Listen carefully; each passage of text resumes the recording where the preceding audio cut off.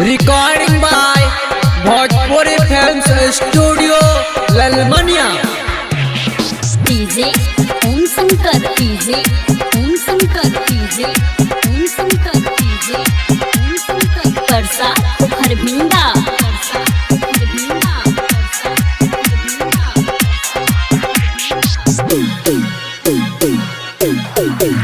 तोरा शादी में एगो न चले हम एक लोटा भांग पी के गे।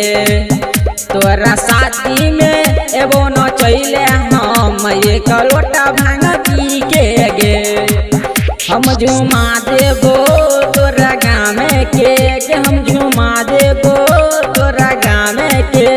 हम नचबो बड़ी मन से तोरा शादी में एगो न चले हम एक लोटा भांग पी के गे। तोरा शादी में एगो न चले हम एक लोटा भांग पी के गे। हम झुमा देबो तोरा गाँव के, हम झुमा देबो तोरा गाँव के। हम नचबो बड़ी मन से तोरा शादी में एगो न चले हम एक लोटा भांग पी के गे। DJ Om Shankar, DJ Om Shankar, DJ Om Shankar, DJ Om Shankar. Parsa हरभिंडा,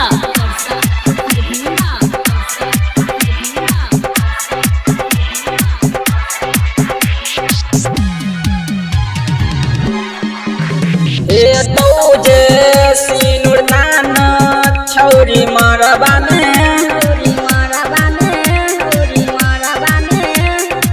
पीके हम एक लोटा भांग कनबोला रकाल लगे। माथा पे हाथ धके क्रिया जान खेली किया गे, खेलही किया गे, खेली किया गे। जिए के हमारे छली तू सहारा गे। तोरा शादी में एगो न चले हम एक लोटा भांग पी के गे। तोरा शादी में एगो न चले हम एक लोटा भांग पी के गे। हम झुमा देबो तोरा गाँव के, हम झुमा देबो तोरा गाँव के। हम नचबो बड़ी मन से तोरा शादी में एगो न चले हम एक लोटा भांग पी के गे।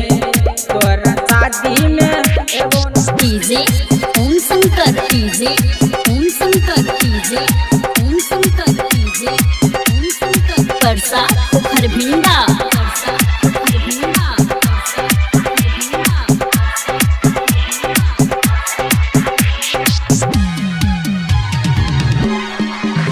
हमारा प्यार के कसाई छोड़ी तोहर पापा गे, छोड़ी तोहर पापा गे।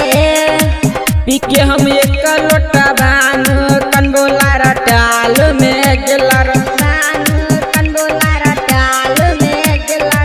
जिए के छलही सहारा जान तू ही गे, जान तू ही गे, जान तू ही गे। बड़का सपना देखा के गेले गे।